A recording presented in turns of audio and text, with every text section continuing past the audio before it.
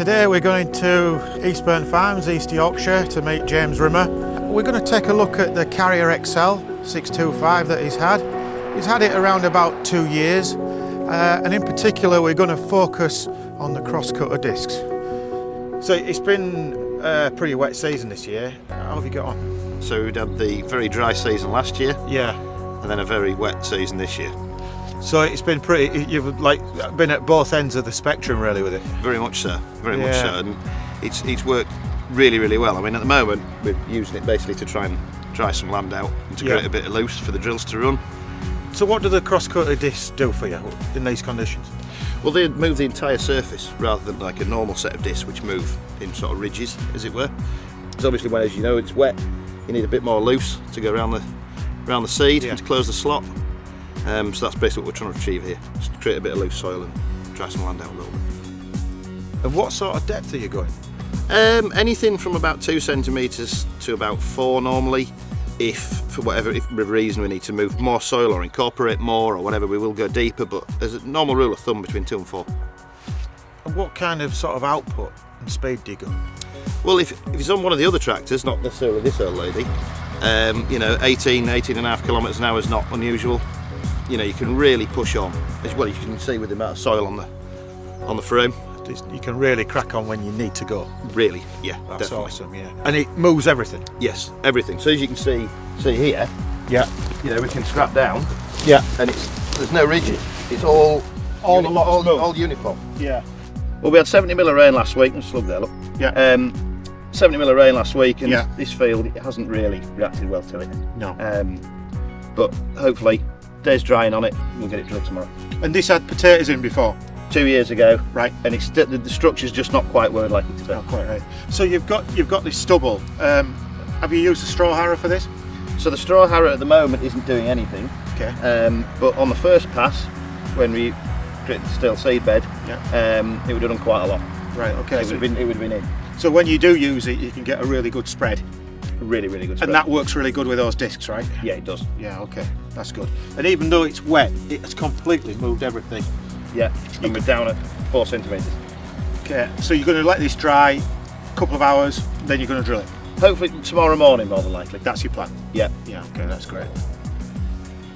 So just remember, this is year 2 for you, so you've seen it in, last year was a lot drier, wasn't it? Last year was horrendously dry, so it was like trying to work concrete.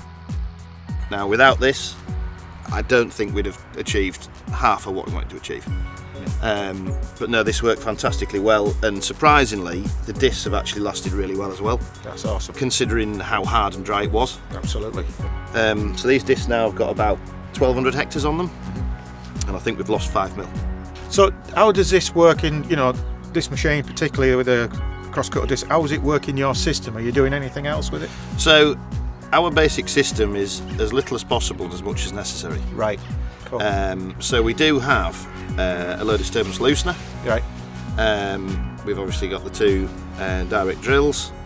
We have this. We do have some other bits of cultivation equipment as well. You know, if we have to break out a power harrow, we will do. But you know, if we can avoid it, you know, it's the last resort. Yeah.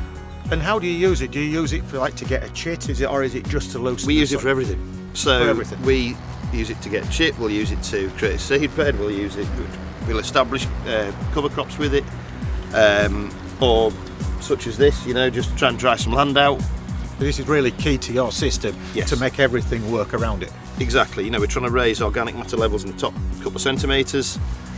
You're allowing the tilth to be created to go around the seed, which means, you know, you get a better result with your pre-em chemistry. So really, you're sort of ultimately you're cultivating for the agronomy, not for the drill. Exactly that. And have you been able to save quite a lot of, you know, like fuel and, you know, the sort of fuel, economics? Glyphosate, and you know, it won't work now when it's wet and soft as it is. But if you've got that dry field surface and you've got weeds, these discs, because of how they operate this sweep, you will just shear weeds off. Take the lot off. Take it out.